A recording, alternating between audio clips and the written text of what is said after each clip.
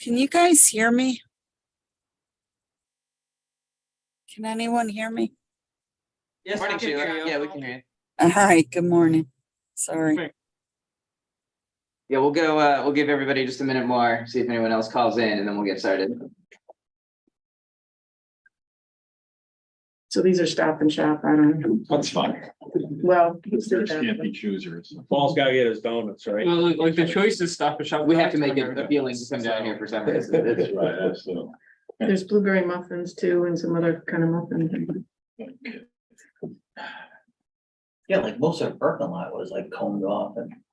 Here? Yeah. There's strange things He going does on. that, Yeah, what's going on with the little parking attendant thing? Also head sale thing there. Yeah. We wish we Yeah. We think he lives there Mm. in a little shack. Oh, It steadily grows. Yeah. every time I walk by, there's something different, and every time I think he can add more stuff there, and every time I prove him wrong. And it's starting to look more and more permanent stuff he's adding. yeah.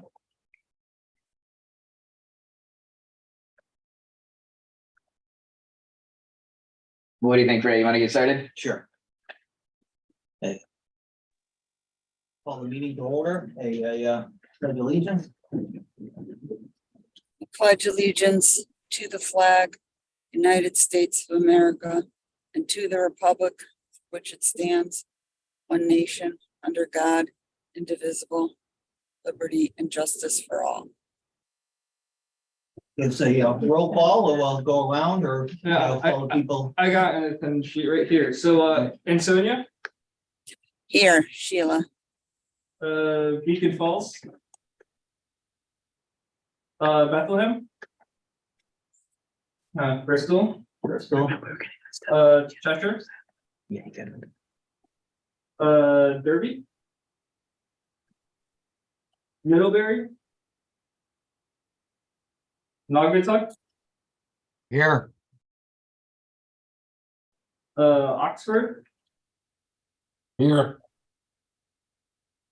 Plymouth, Here. Prospect, Seymour, Here. Shelton, Southbury, Thomaston, Here. Watertown, Here. Here and here. two of you, Waterbury, Wolcott, Woodbury. Southbury's here, okay, so that's 1, 2, 3, 4, 5, 6, 7, 8, 9.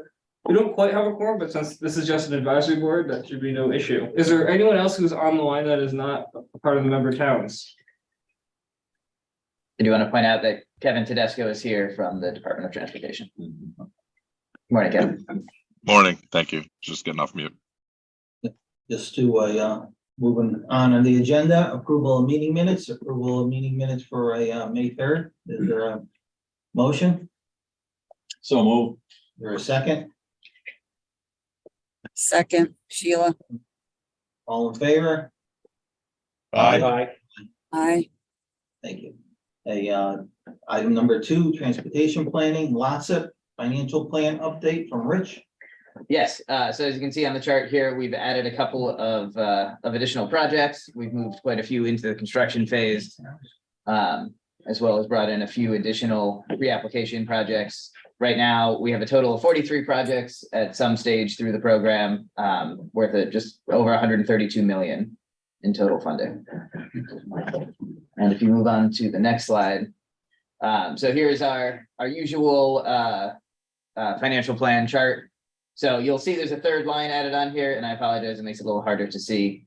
The dark blue line that is the lowest, if you look at the far right, that was our traditional funding level. The new green line is our funding levels as approved in this most recent budget that passed in this last session. We expect that number will be consistent, and so we're showing that represented here. It adds just a little more than 1.8 million to our program for this region each year. So it adds a little more room in the next couple of years, and then shortens that deficit that we're projecting for fiscal 27. Again, though, both the department and our staff would like to encourage towns who have projects to bring them forward. We've seen quite a few new concepts, proposals, and pre-applications come in. And so we'd like to keep that going. The more we can show the need for this program, the more likely it is we can get the department to fund it more aggressively.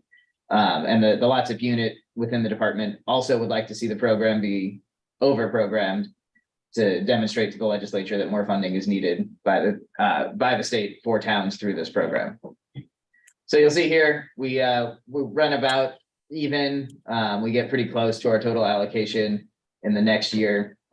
We run about even with it until we begin fiscal 2026 in July of 2025, which is when we first start to see a little bit of a projected deficit. But as we know, projects sometimes run long. We have funds that will hopefully be returned into the program over time that will help make up some of that gap as well. So we're not concerned at this point about projects being delayed, at least for the time frame shown here on this chart. Thanks for the update. Any questions for Rich in the group? No? Just going through project updates, or new loads up projects, Pearl Street and Seymour. Yes, thank you. Good morning. So this is a new LOTSIP project located in Seymour. This is along the entire length of Pearl Street. And as you can see in your map, is going from Route 115 across Route 113, and going all the way on the southernish side of Seymour, heading to the east up to almost Route 67. This is going to be a roadway improvement project. The road has an inconsistent roadway width right now, so that will be tidied up. There will be sidewalk enhancements as part of this project as well. In general, just corridor improvements. So the estimated cost of this project is 7.1 million, and the recommended motion is to allocate the funds, but I'll take any questions. And I believe our designer is on the line as well. I should have questions for the designer. What's the length of this project, Kevin? This is, I believe it's just like about a mile long. Brian, did I get that right? Yeah, I think it's just a little over a mile, actually. Any questions on Pearl Street and Seymour? If not, a motion to approve would be in order. So move. Second, All in favor? Aye. aye, Motion passes. New loads up project on Divinity Street culvert in Bristol. Yes, good morning. So this is basically just a culvert that is in need of replacement in Bristol. It's structurally, it's in bad shape, and then also hydraulically, I think there are some issues with storms and flooding and that kind of thing. And because it's less than a 20-foot span, it is not eligible for like a local bridge or any other bridge program. So that's why Bristol would like to have it funded under a LOTSIP. And the estimated cost it's going to be replaced entirely is approximately $950,000. So we'd like a recommended motion to approve Divinity Street culvert into the LOTSIP. I would say this is a project that happens to, Divinity Street is on a detour for our current DOT project at 72 and 69 is the west end in Bristol, so construction actually won't occur until 2025, on this. And if I can make one additional comment, all of these projects that we're showing here are included in the financial planning that we showed previously. I'll make a motion. Second it. There's a motion and second, all in favor? Aye. Aye, On behalf of the city of Bristol, I thank everybody. Next one, new LOTSIP project for road. Yep, this is also located in Bristol. So this project is a combination of a sidewalk project along the north side of Shrub Road and also heading a little bit down towards Jerome Avenue, but also a road diet project for Shrub Road itself. Shrub Road also has inconsistent roadway width in some places. So I'm shoring up those aspects of the road, narrowing the travel lanes as needed, and then also installing a nice connecting sidewalk along the entire north side of Shrub Road. So the estimated cost is 1.9 million, and the record motion is to recommend allocation of funds for this project. And of course, we'll take any questions. I would add too that I went on and I can see that there is a bus stop. I believe it's at Stevens and Jerome. And so this would allow people to walk down, you know, plus the roads that intersect, but use that sidewalk to get to the Connecticut Transit bus stop, which is. what And we what's hope the for. length of this, Kevin? I think this is also, I think this is just. It's like, you know, it's like just, you know, like 5,800, Mhm. feet, plus you add on Stevens Street, it Yeah. puts it over a mile. That's less than a quarter of the, or about, do math, about a quarter of the cost of that other Yeah, project. so the other project's more of a roadway reconstruction. There's a lot of roadway work happening. This is mainly just a sidewalk project and some I heard you wrote. Okay. tidying up of the roadway with Okay, got it. with Yeah, scrubbing. okay, so less, It's yeah, sidewalks. okay. And I would also say that it's only sidewalks on one side of the street also, it's only on the north side. Right, okay, that's it. Okay. Mhm. And there is a lot of public support, requests from the neighbors, so this is an important project to the city. And when would you imagine this going to construction? I imagine, we would plan on. Expected to plan next year, 24.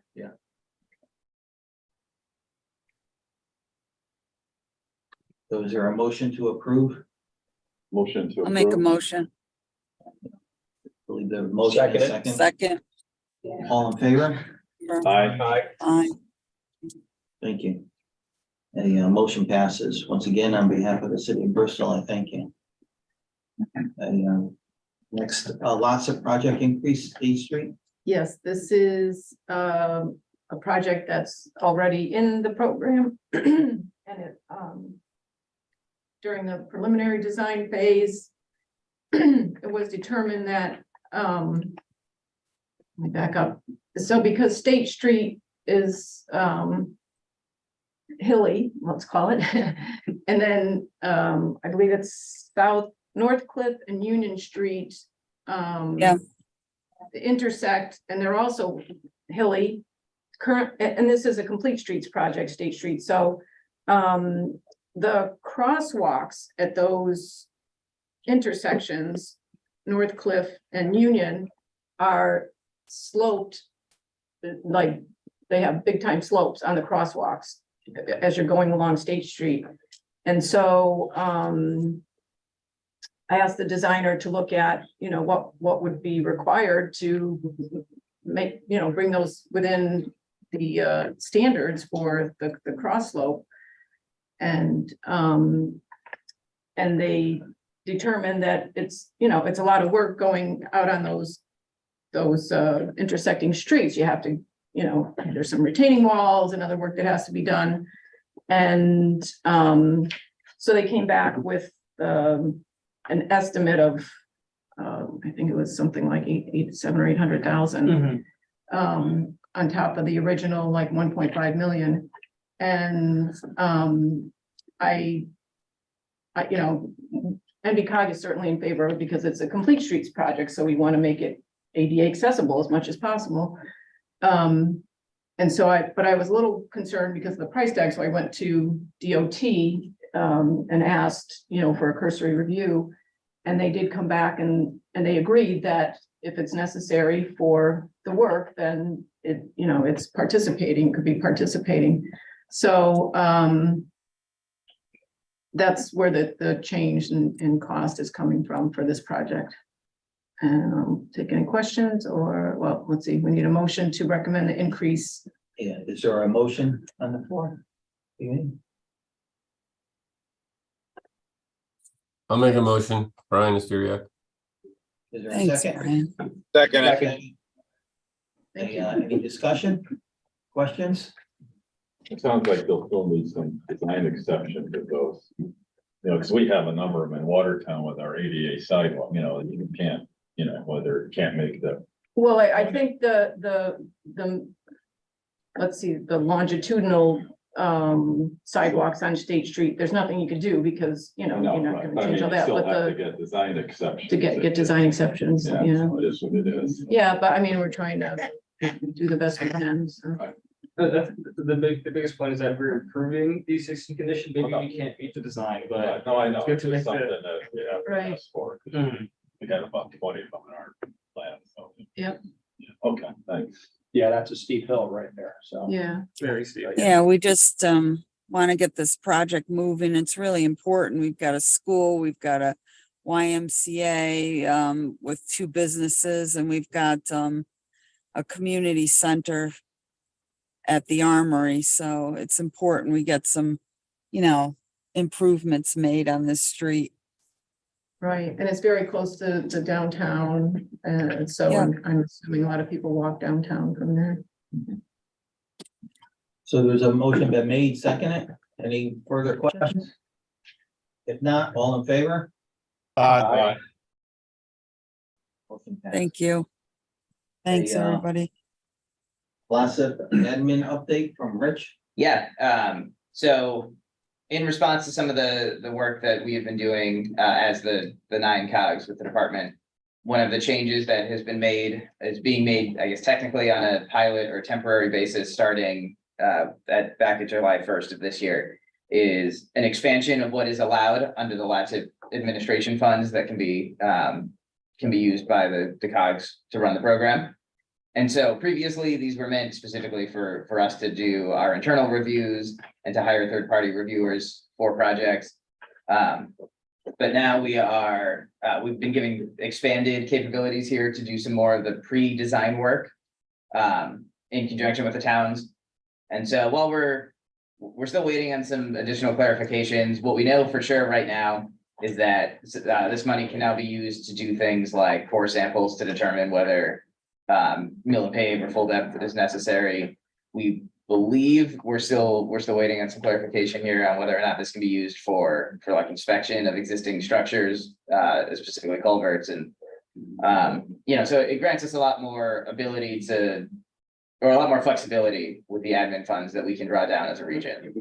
So as new projects move forward, if there are things that you want to try with this, let us know. We'll run it up through the department, make sure that it qualifies under this new program that they're trying to run, and then get it back to you.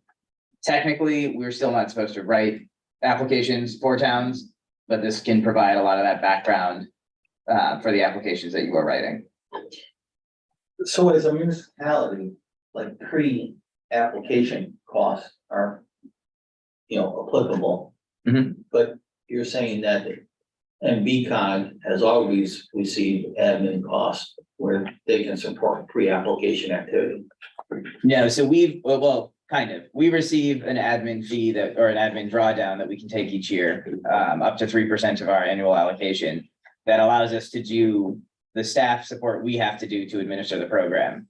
And this now expands that out so that we can offer additional support to the towns in the pre-application and application stages.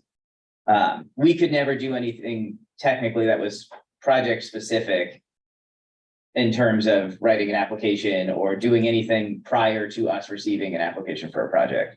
This now allows us to do some of that work with lots of funds to support the preparation of that application. So I may have mentioned this, but could be like doing some borings of the existing roadway and then, analysis of those borings, things like that. Yeah, so we're still trying to figure out exactly what is or is not eligible under it. We're hoping that we can get a pretty broad definition of it. Because we want to make it as functional as possible for every town to submit an application. Which is the intent of this, is to make it so that every town has more access to the program. But also, things that right now the towns are responsible for paying for, if we can do with state money, we think that's a win for everybody. Any questions on the admin update? Before we move on, I just want to say to Steve Massis joined us from Bethlehem. Just one other thing under admin updates. So if any of you have ever tried to look at the list of projects on our website, you'll know it's at best. It's not always the most current, and it doesn't provide a ton of information. But we will be updating our tip management software for the Transportation Improvement Program. And part of that is going to include a module that allows us to better share lots of projects in a public facing way. So we'll share more information about that as we get it underway. We received approval from the department for the rush charge, as well as we're working through just finalizing the contract agreement between us and the vendor now. And we're hoping by September we'll have this active. And so it'll give us an opportunity to better share information about the projects. We can do before and after photos. We can really publicize the program a little more. And so we're certainly hopeful that the towns will, or that all of you will both support us in that and, possibly even take advantage of some of the features of this new platform. Okay. Thanks. A completed project procedure? Yes, so I reached out to the department again about, project closeout, and because we had been waiting for them for a long time, we thought they were gonna do a couple pilot projects.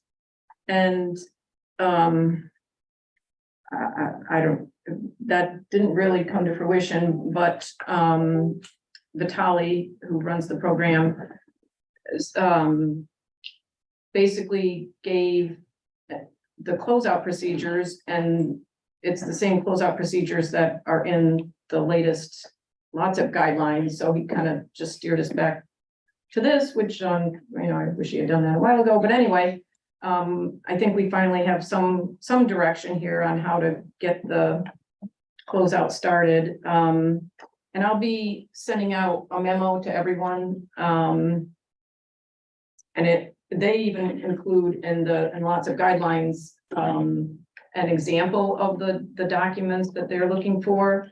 But there's just a couple quick bullet points here. He says, in summary, required expenditure documentation consists of A, copies of the annual municipal state single audit with lots of program expenditures listed separately on the schedule of state financial assistance for each year of lots of expenditures. B, a final report or certification of total lots of expenditures, which includes a sign off by a municipal official. C, a printout from the municipality's accounting system detailing all expenditures under the LOTSIP. And D, an expenditure summary accompanied by complete copies of invoices and proof of payment, example, copies of canceled checks. Samples of items A through D listed above are included in Appendix L, which are in the lots of guidelines, but I'm going to attach them to the memo.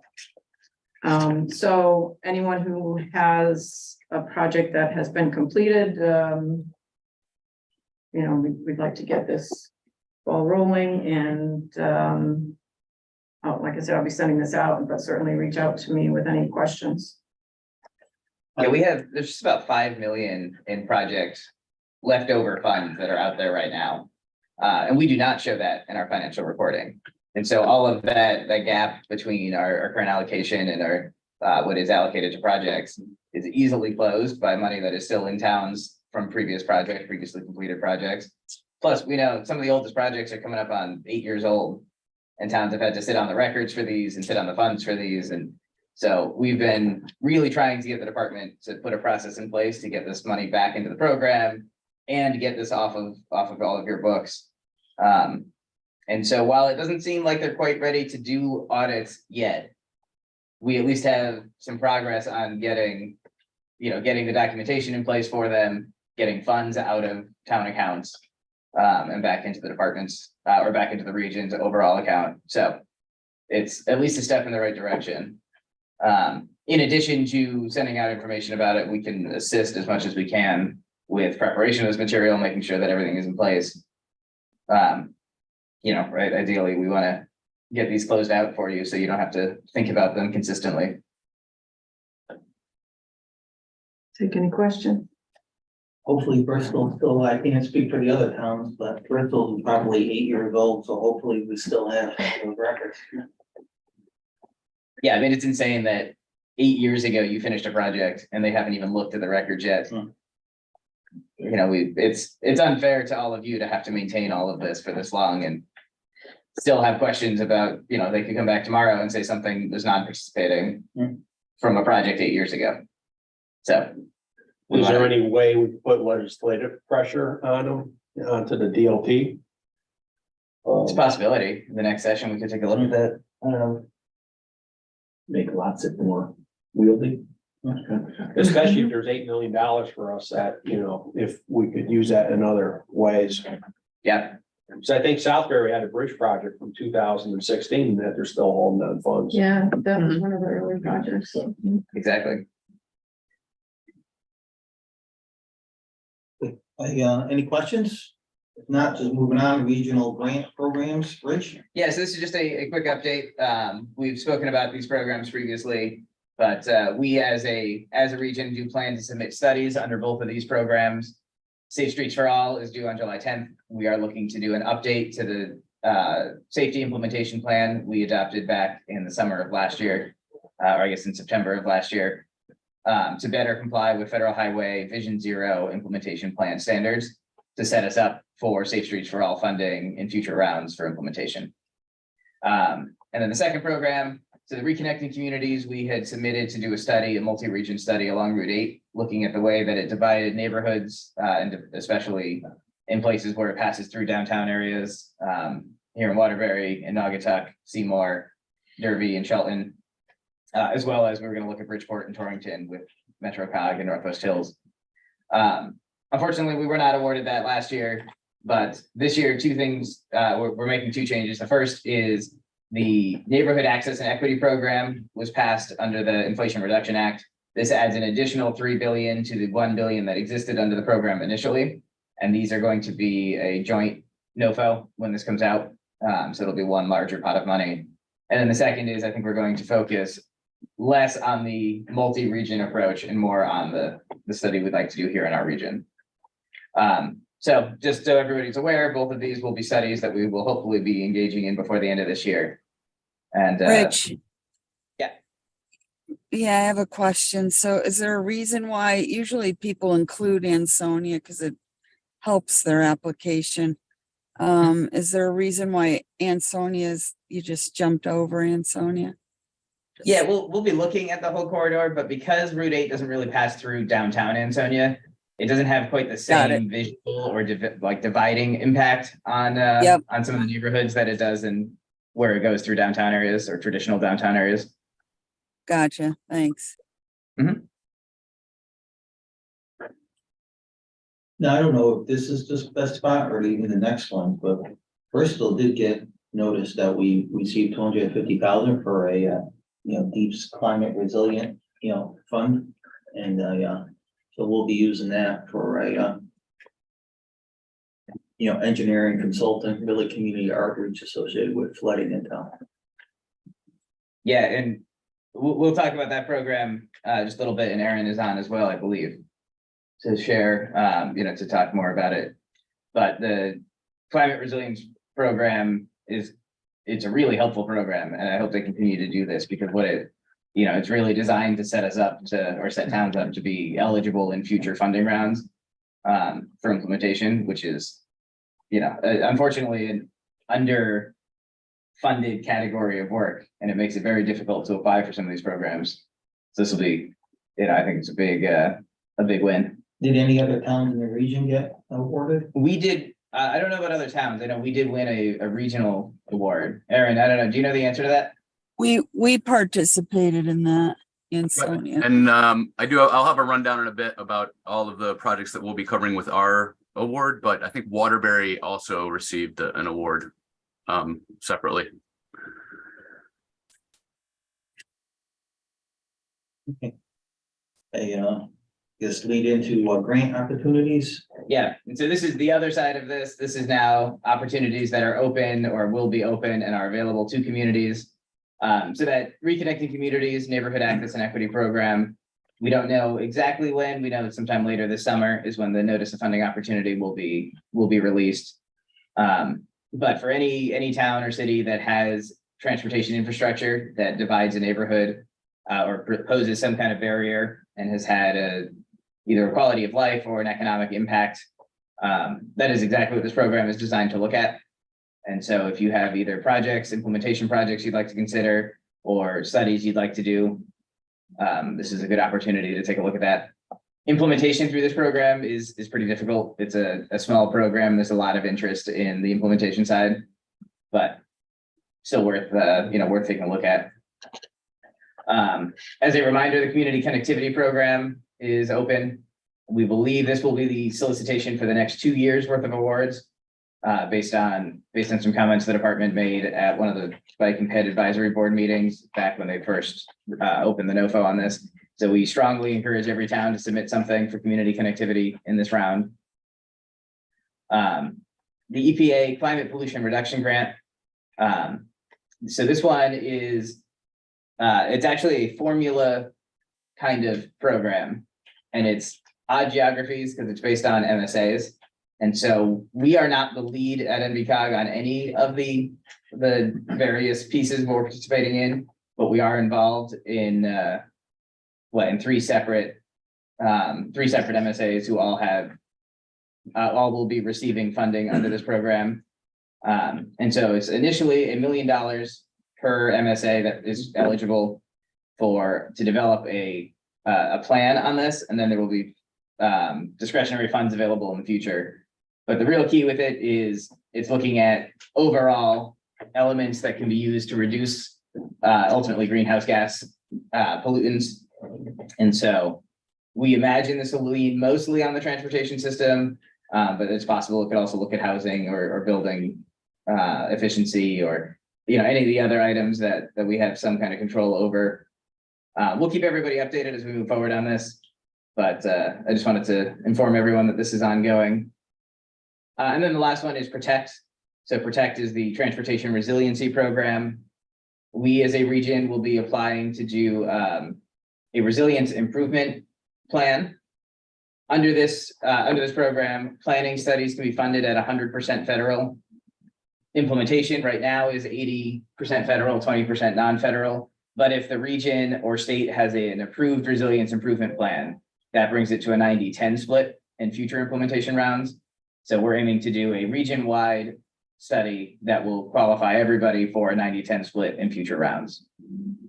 Ultimately, the PROTECT program, what we're going to be looking for and what we need to accomplish is taking our existing hazard mitigation plan and prioritizing it with some kind of a data-based prioritization criteria. I just want to add, and maybe everyone knows this already, but the community connectivity, originally the amount of money available in any round per municipality was 300,000. Now it's bumped up to like 800,000, I believe. So just make everybody aware of that. Yeah, and they also have more total funding available statewide than at any point in the program's history. So again, strongly encourage everybody to apply for that. No, it was my understanding that you can't apply if you have like 2 active. So in Bristol, we received a 2 previous, awards. One of them was, the first one we received was done, completed a while ago. But we just, formally advised, DOT, or at least that was our intent. So hopefully that meets the requirement. But my understanding is you can't apply if you have 2 current projects. Yeah, either 2 current projects or 1 project that is effectively like non-compliant timeline wise. So you have to be in good standing in the program previously and not have 2 active projects, correct? And what type of projects for the PROTECT program? So we'll look mostly at culvert and bridge projects. And it's really all transportation or infrastructure resiliency. But for us, we're particularly looking at flooding. What other things fall under resiliency? It's tough for us because we don't have quite as many of the other, right? Like we don't need to worry about, earthquake proofing structures or I don't even know what you do in a tornado prone region, but right. Hurricanes are obviously our big concern here, heavy rainfall events. And so for us, it's making sure that we have an infrastructure that is designed to handle that. Could it also be like, detention basins, for stormwater runoff? I would think. Absolutely. You're getting it off the road, so. it makes sense. Yeah. Yeah, and I guess, so in our resilience improvement plan, we're gonna specifically look back through the hazard mitigation plans and natural hazard mitigation plans and prioritize those projects, but we'll also be adding. And so anything that anyone wants covered, especially once we win the award and have a consultant on board to do this project, we'll be setting up time to talk with each of the towns and make sure we have everything that needs to be included. What about things like tree trimming over power lines? I mean, I know the utility companies Yeah. do that, but is that anything that, It is technically eligible, but it's hard to submit an application, a federal application for tree trimming. So we want to focus on the implementation projects that are going to be, that we want to make eligible for that 90-10 split. Sure.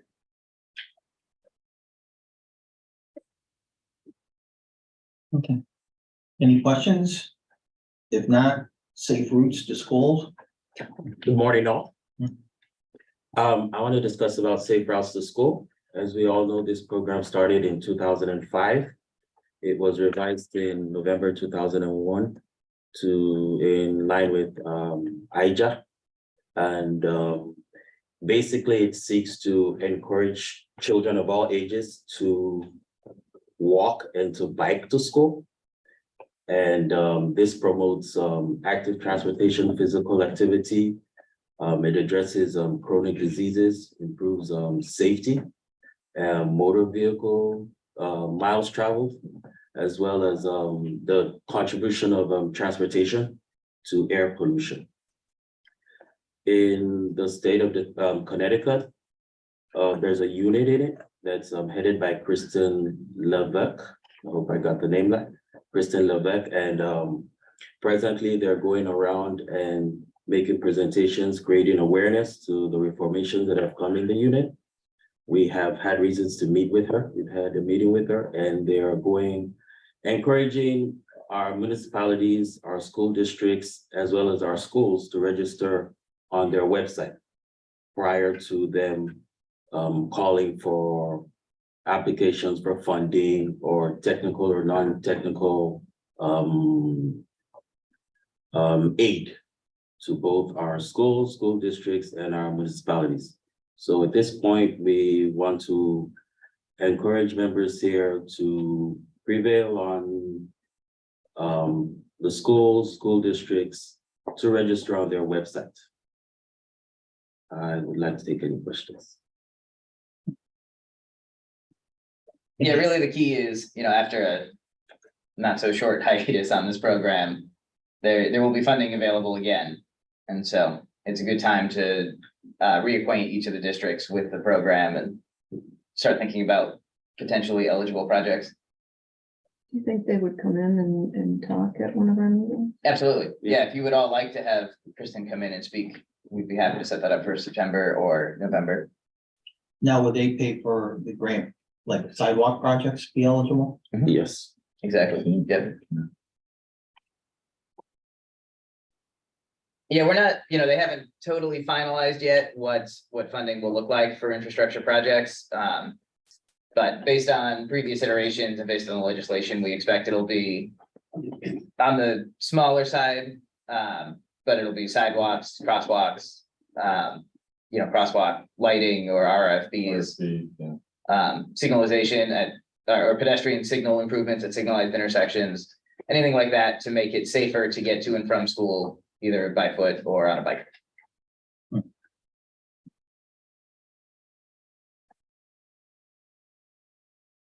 And what's the average project cost, if any? We're not sure yet. Yeah, we'll see what they come back with. I'm thinking it's likely it'll be under $1 million. But again, this is totally speculation. It's hard to say. Would you guys like to see if we can have them come in next time? Yeah, we'll set that up. We'll see if we can get it set up for September. Any questions? If not, work plan update. So just as we've now entered a new state fiscal year, that is also a new fiscal year for us here at NVCOG. And in an odd numbered year, we begin our new unified planning work program for the 2-year cycle. So I just wanted to share with everybody a couple of updates about our work here in the agency over the next 2 years. The first is we've had a little bit of restructuring. And so for those of you who know Joanna Rogalski, she's actually going to join us on the transportation planning team here. She will be focusing heavily on transit work. And so we've always kind of passed the transit work around. As most of you, any of you who have interacted with it lately know, Elliot has been doing this work and has been doing a great job on it. But because it's only a piece, it's been hard to really focus the right amount of attention onto it. So Joanna is going to be full-time dedicated to transit work, both with our FTA compliance and our existing projects, as well as administration of new projects and long-term studies. We've done a couple. We've looked at each of the bus networks in our region independently at some point, and all of those are now quite old. So we want to update those. We do want to again look at, we are served by 7 separate transit operators, plus Metro North here in the NVCOG region, and that leads to confusion and makes it very difficult for us. So we do want to take a look at that again as well. And so that is some of the work that Joanna will be doing. We are also aiming to increase the number of corridor studies we've taken on. Traditionally we've done 1 or 2 per year, but we're hoping to really at least maintain 2 per year, if not more. So if towns have ideas of corridors you'd like us to take a look at, please let us know. We can maintain a running list of projects, so we're never at we're never stuck when it comes time to come up with the next one. We expect that the next statewide solicitation will be in November. So particularly between now and November, if you have a corridor you would like us to take a look at, let's start talking about potential applications when that program opens back up. And they're also eligible under lots of. Yes, and so we are in the process of initiating our first corridor study under the LOTSIP program. Most of the other regions have done this pretty consistently. MetroCog does at least 1, if not 2 per year out of LOTSIP alone. And that has allowed them to accomplish quite a few more studies than we have over the same time period. And so while we want to make sure that we maintain LOTSIP as a construction forward program, it does give us the option to add additional studies, and particularly when looking at safety or projects that could become future LOTSIP implementation projects. That is something that is eligible under the program and we're looking to take more advantage of. We are also adding a few new internal work products that we're hoping to put together over the next year or 2. And we have some additional flexibility to take on others. If there's anything that's helpful for all of you, please don't hesitate to ask, but we'll be looking at a Vision Zero implementation plan. Beyond just project prioritization, we'll be putting together new public facing campaigns. We'll be sharing additional information following the passage of the Vision Zero bill in this last legislative session that Drew will be talking about a little bit more later on. We'll be doing some of the support work for towns who want to implement some of the newly allowed programs under that. We're going to be putting together a streetscape guidebook, just kind of a, rough, here's what's out there, here's what you can do. Similar to the Naugatuck River Greenway maintenance and operations guide that Aaron put together last year. And then the other one is we'll have additional time and additional resources available to all of you for short-term analysis. And so if you want us to look at an intersection, if you want us to look at signal warrants or signage changes, any of that type of work, we'll have staff available to take on. And so again, please don't hesitate to reach out. That's exactly what we're here for. And the more we can do of that for you, the better off we are. And also, of course, it's something you can then take back up and accomplish within your towns. I believe that's the kind of key points I want to hit. Our full work plan is available on our website if anybody wants to look through it. But, really the key is our goal is to make sure that we're delivering the stuff that you need from us. And so, we have the resources available. Please don't hesitate to use them. Okay, thank you. Any questions on the NVCOG's work plan? If not, legislative update? Try to be brief. I've only got 6 bills I want to discuss that I thought might be of interest to this group. For those of you who have not met me, I've been here since November. I've been at one previous TTAC meeting. My name is Drew Backlick, and myself and Jack D'Oliveira kind of make up our legislative team here in-house. During most of the year, Jack is going to be working with Rich and the rest of the transportation team.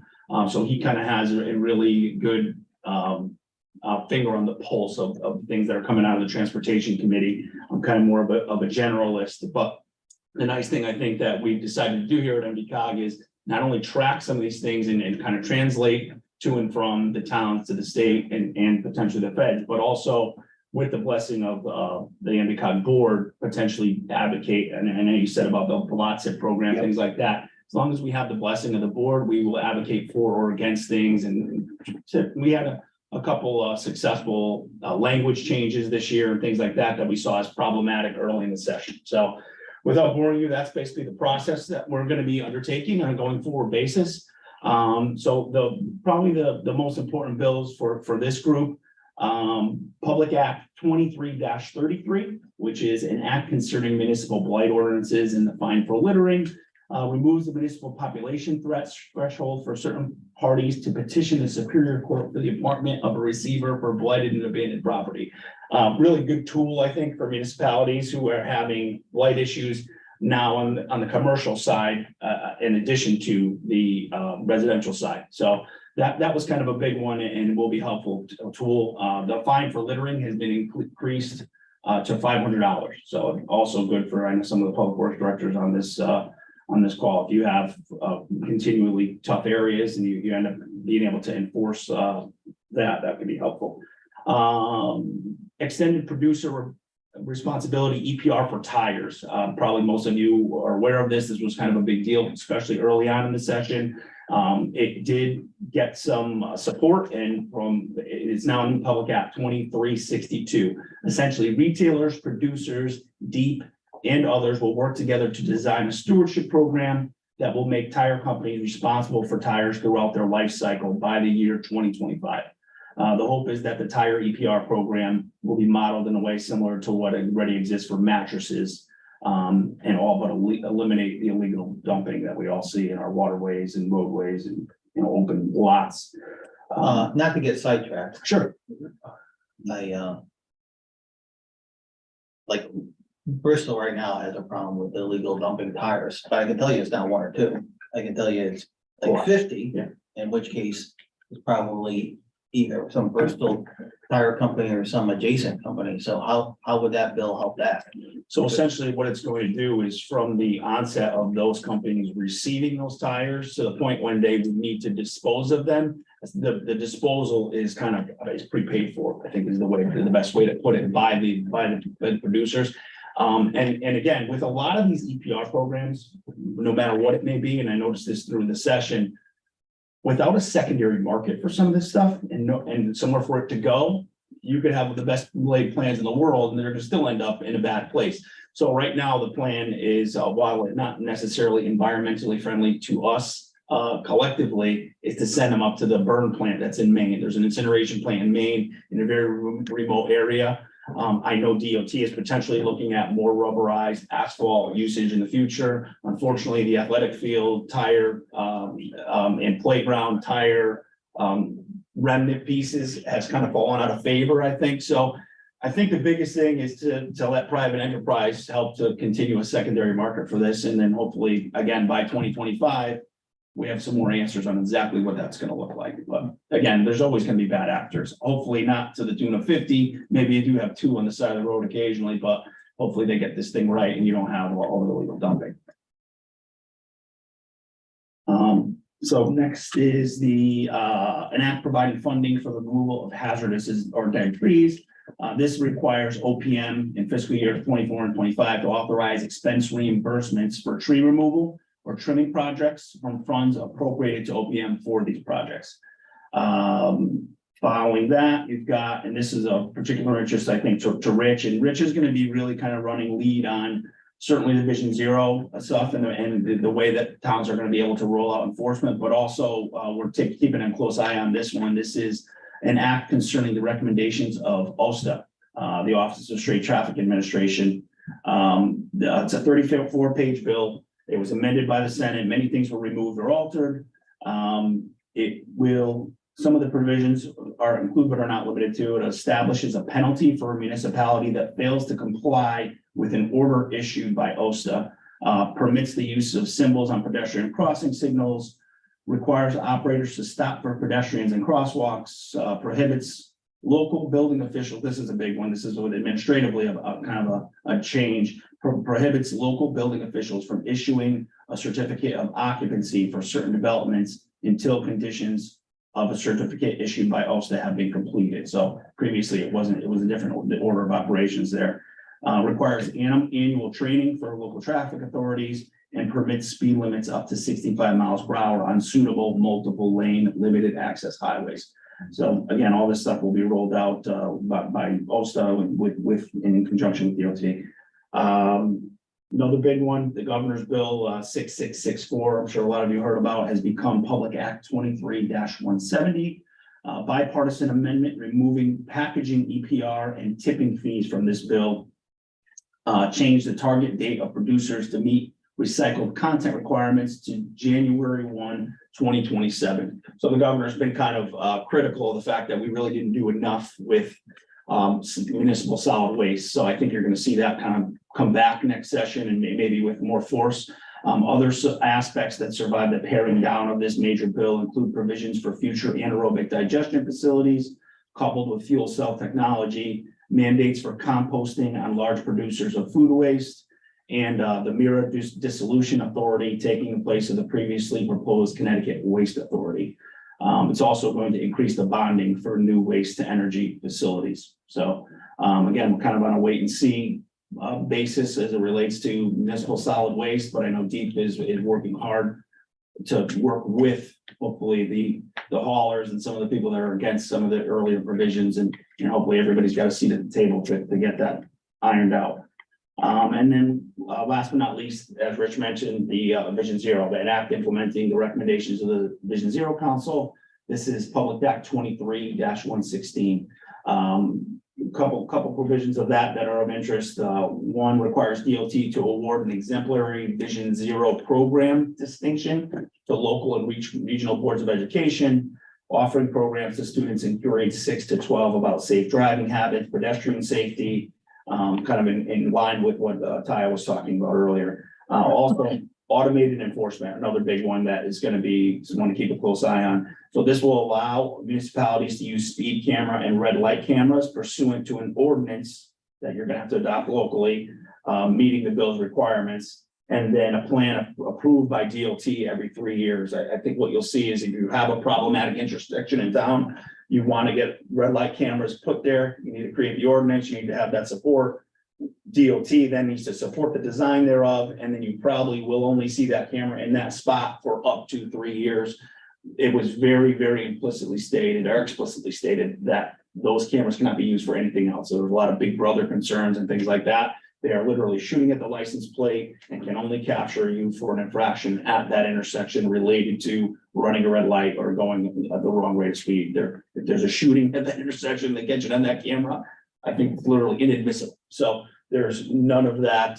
So that'll be tweaked, and DOT really, I think, is going to be working on those guidelines. But Rich and his team will be available to work with you guys on the front end and pre-planning and potential installation of those and what you're going to need to do to get those done in certain towns. So that's pretty much all I have, and I'm happy to answer any questions and keep an eye on certain things moving forward if you get some of these suggestions. So from my perspective, this is just a couple big question, and then honestly, big, like, once again, just, in my world, certainly in Bristol, we have ordinances, we have, Board of Public Works policies, and we have, public works, procedures. There's kind of a hierarchy, and certainly changing our ordinance is a, legislative, act.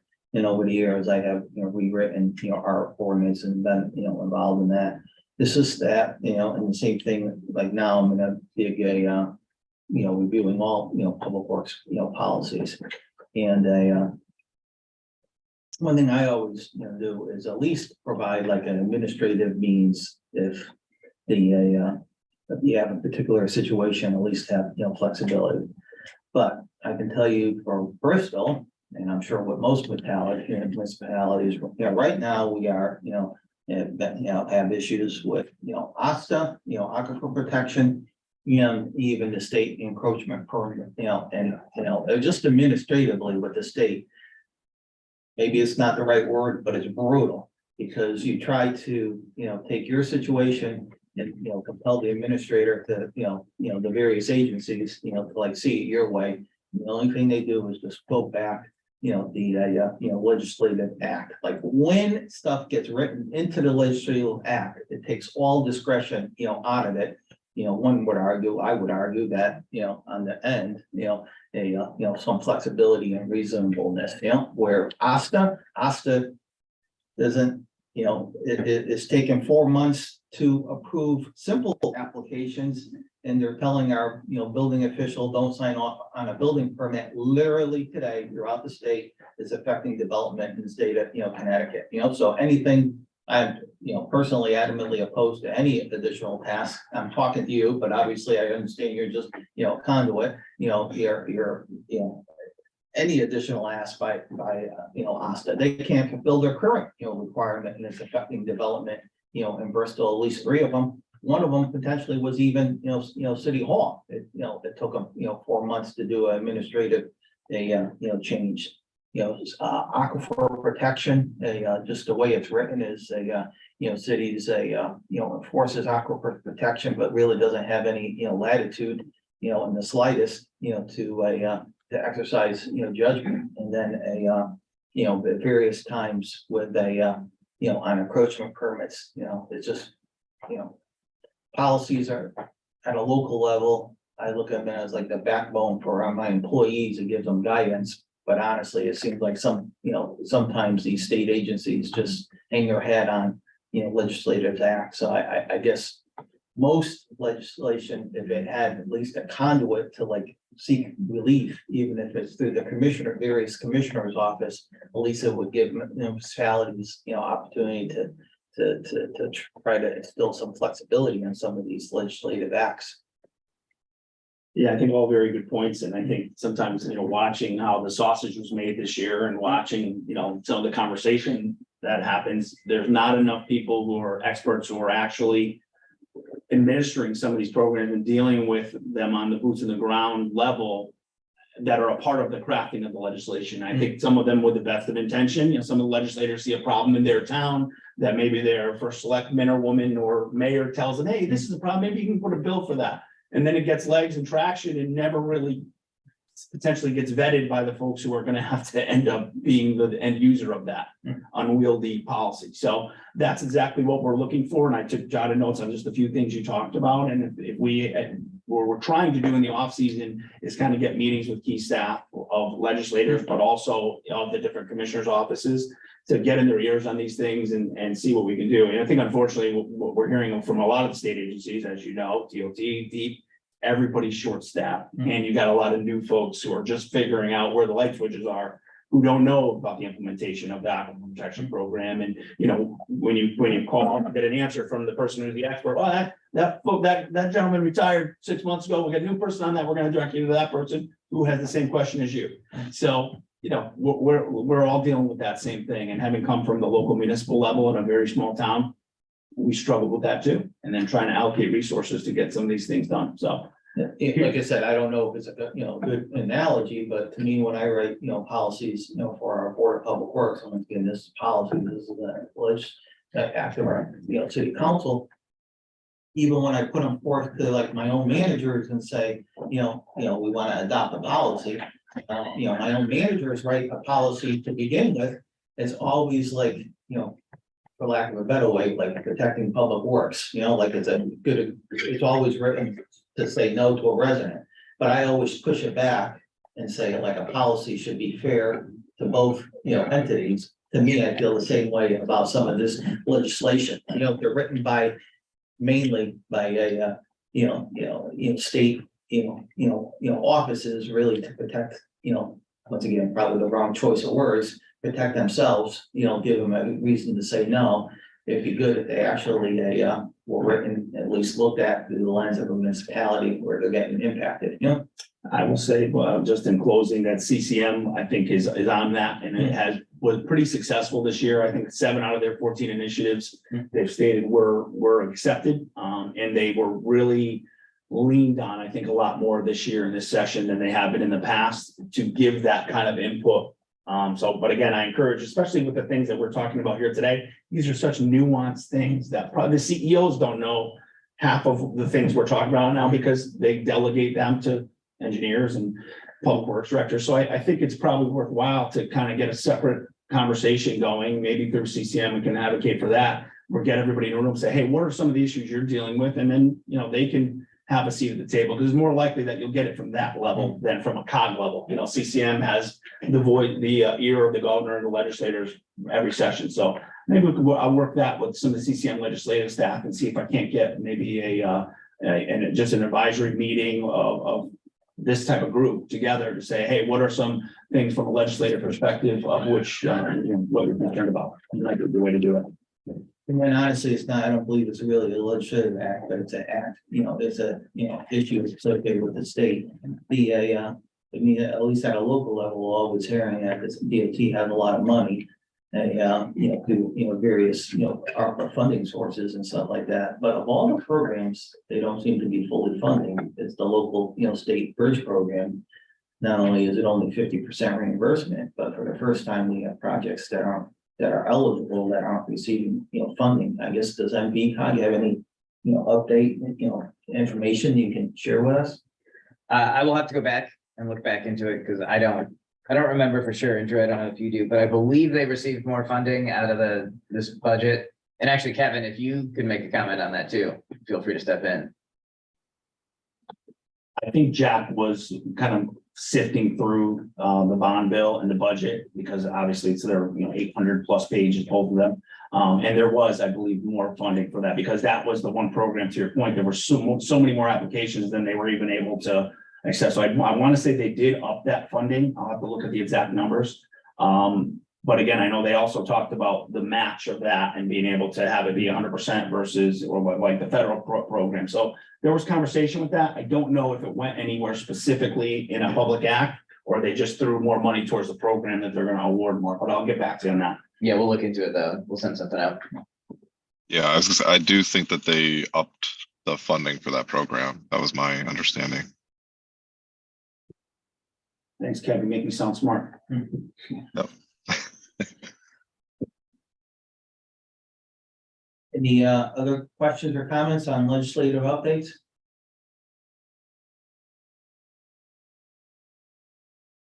Just moving on, active transportation plan.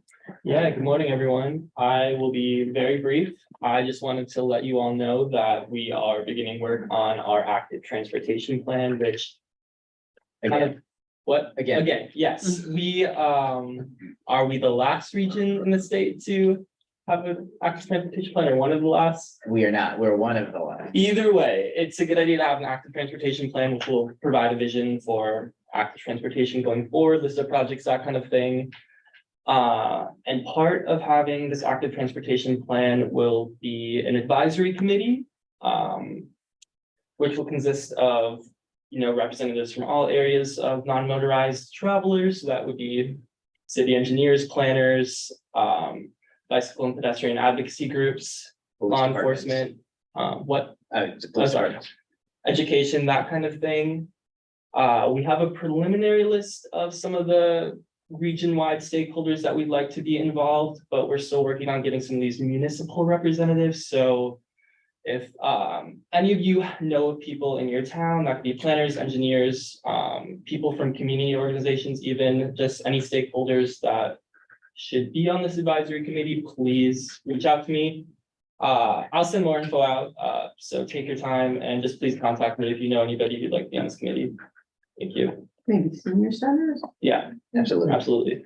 Yeah, I mean, really the key is, we can come up with every project and every plan, and they're only as good as the implementation of those. And so building a group who is not only here to help advise the actual development of the plan, but can then be an interested stakeholder and, somebody who stays on top of the implementation going forward is how a lot of the other regions have been able to really make progress on active transportation. Okay, thank you. Any questions or comments? And the emergency planning, Aaron? So I'll just give a quick environmental planning update. First, there's a upcoming household hazardous waste collection event on July 22nd from 8 until 2 at Quaker Farm School in Oxford. So looking forward to that. And then I'll share some data on the trash reduction pilots that are funded through Connecticut DEEP's Sustainable Materials Management Grants. Next slide, please. I've got 3 slides here. Christine O'Neill, who is sort of the expert, the trash expert in our office, and has been overseeing this, is on vacation, but she gave me these slides to share. So this first slide shows the active programs.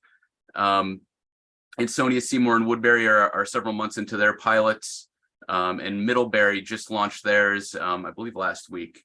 So this first slide shows the latest statistics across all the programs, and we presented this at our June CEO meeting.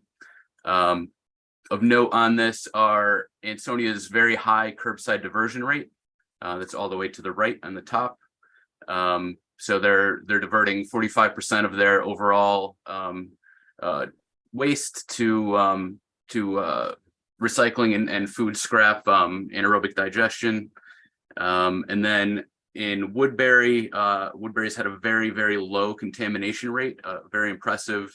And it's sort of showing that transfer station programs tend to have much lower contamination rates. So that's basically anything that's not food waste or organic material in the food waste bags that are being given out. Next slide. So this is sort of a more granular look at Ansonia, which is our longest running program at this point. So several months into the program, there's still growth in the gap between last year's waste tonnage and this year's. So it's about a 16% decrease in the overall trash tonnage, just through the diversion of that those food scraps into separate bags. And then next slide. Deep's consultant Waste Zero has provided some big picture numbers about how these programs are going. So over 800,000 pounds of food scraps have been collected and diverted from incineration or landfill. About a 16% on average decrease in trash overall sent to an incinerator or landfill. And recycling is actually increasing. So as people are starting to think more about their waste, I think they're realizing that, they're probably haven't been doing the greatest job recycling and are diverting more waste to the recycling stream as well. So we'll provide all of these slides and more that Deep have provided us in your notes, but I'm happy to answer any questions on those. Can we get a copy of that? Can you forward that to Yeah, everybody we'll else? include all these, and DEP has provided a few other slides too that we didn't include here that we'll also send out to everybody. Aaron, are these numbers based on just a select part of the population? Yeah, so it's whoever is in the program in those towns, I believe. How did they get those people? Were those people who requested to be part of the program, or did they just pick a section of town? I think it depends on the program, and Sheila could probably answer how they did it in Ansonia. I think it was probably like either, one, I think actually Ansonia is town-wide, but right, Sheila? Okay, I think she's having some. Can't talk. Can you bring back the slide for Ansonia? Well, the other one, that's too complicated for me right now. So the 20% clean food capture rate, what does that mean? That's a good question. It looks like there was a footnote originally I'll have to get back to you on Does that that. mean they're collecting 20% of the food that they think they have? Or does that mean they're collecting 20% of the garbage?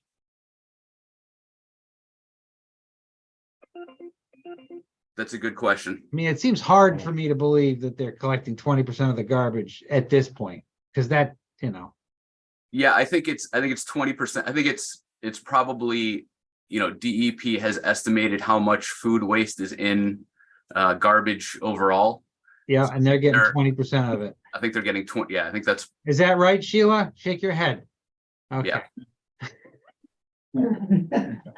Okay. Question? Yeah. I just had a thought how, you know, obviously, the bear population and everything that's happening with the bears is a problem. And certainly bears go into garbage cans. So how,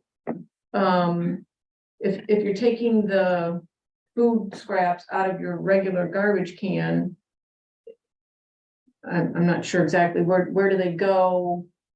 And how does that, is that gonna be, a benefit as far as keeping bears away from your garbage with these kind of programs, or is it no different, or? I believe it goes, you know, right now, and, you know, certainly the, you know, Antonia's, you know, can, you know, correct me that they, it still goes in your solid, you know, regular, you know, waste, you know, collection. It just goes in as a separate colored bag.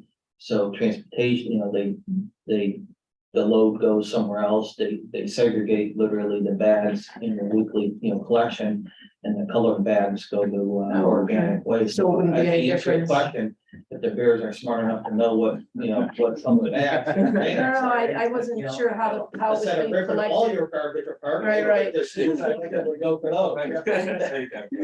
No, so up here, whatever's co-collection all goes in one bin. Stonington, I believe already had separate bins, and that's why they're listed as separate collection. And the drop off is you bring it to the transfer station with the rest of your trash. So, yeah, right now it's all in one bin for most towns. Thank you. Any questions or comments or? Yeah, could we also find out how much additionally this is proposed to cost? You Yeah, know, we'll- to take 20% out of your garbage, what is that gonna cost in the future with co-collection? we can put together a memo about that. And I think, you know, we had planned, once these pilots wrap up, you know, giving a sort of an overview of the program, the pros, the cons, and have, you know, I know, you know, these programs are not always the most popular with residents. So, you know, I think that's another thing that we'll have to look into and really explore a little bit more and give as much information to towns that might be considering doing this in the future. I assume, because, you know, the analysis, I assume would be like 17% reduction in Ansonia, you know, represents, you know, a reduction in you know, in the disposal fees of, you know, like $80, you know, a ton, whether that offsets the, you know, transportation and labor costs associated with diverting it. I would assume the It's- answer.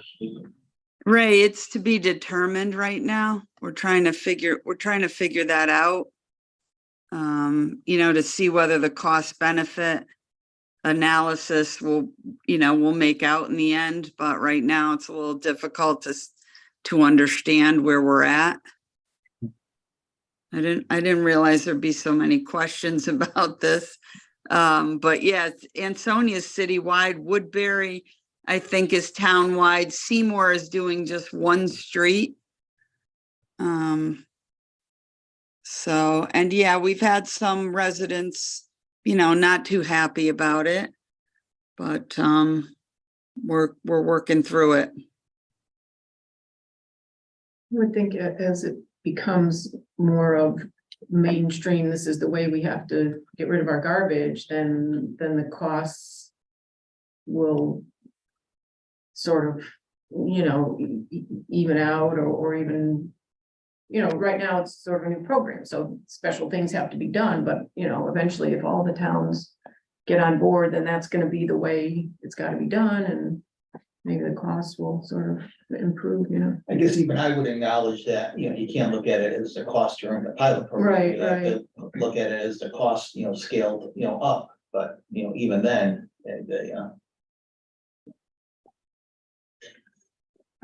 Yeah, I mean, Any- right now, it's not mandatory for the residents, and we keep telling them that, because I don't think they'd appreciate it if it was mandatory, but, you know, we're working through our problems.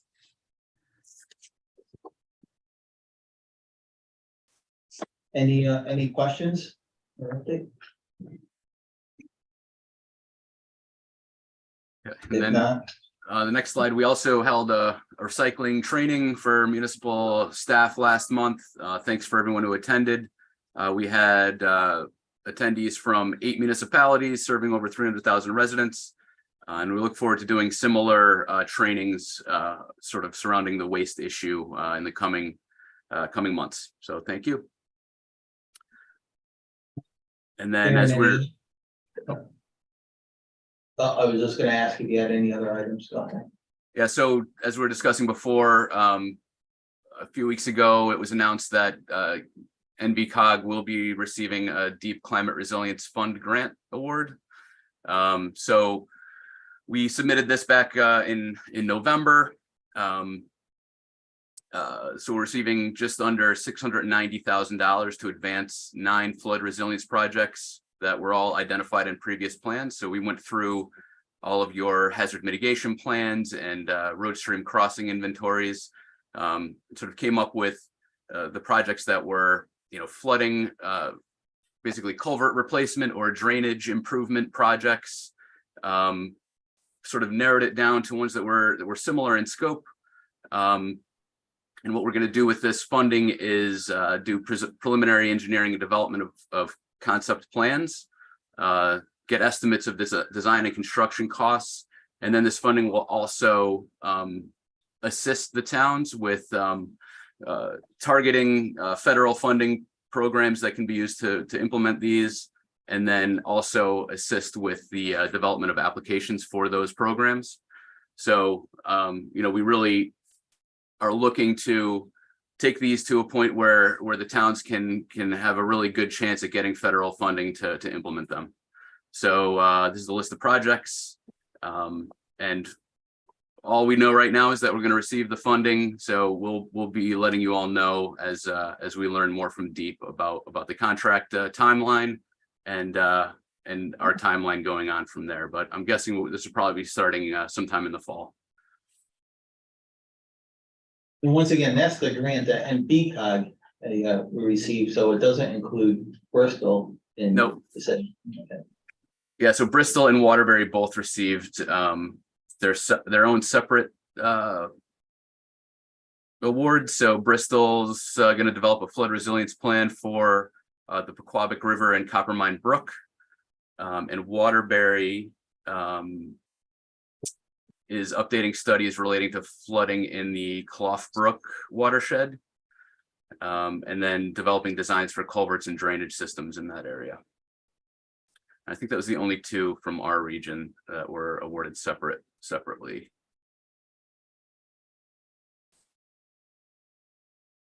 Any questions or comments? If not, moving on to the next item. Yeah, so this is an emergency management update for diversion route planning. So the state has been going town by town through each town with a limited access highway within their borders. They've been meeting with local law enforcement, police, fire, and public works directors, as well as district DOT maintenance districts. And they're basically going over plans on if a highway has a long-term closure of 2 hours or longer, where do you put the traffic? So they've been updating these plans. The last time they did these were in the late 90s. So they are due for an update, and they're finishing the first phase of the project. They've gone up and down every single highway in the state, and they're finishing up Route 84 right now. So they just finished going through a region. They'll be updating the plans with the comments they received from the towns about where to send traffic, where to post police officers during these events. And they'll be getting those updated plans to each municipality for their dispatch. But they're and another next step is they're gonna create these plans for some other highways that don't have these. So like Route 15 doesn't have an existing plan, but relevant to our region is 691 doesn't have a diversion route plan. So they'll be creating maps for those and getting those plans out for comment.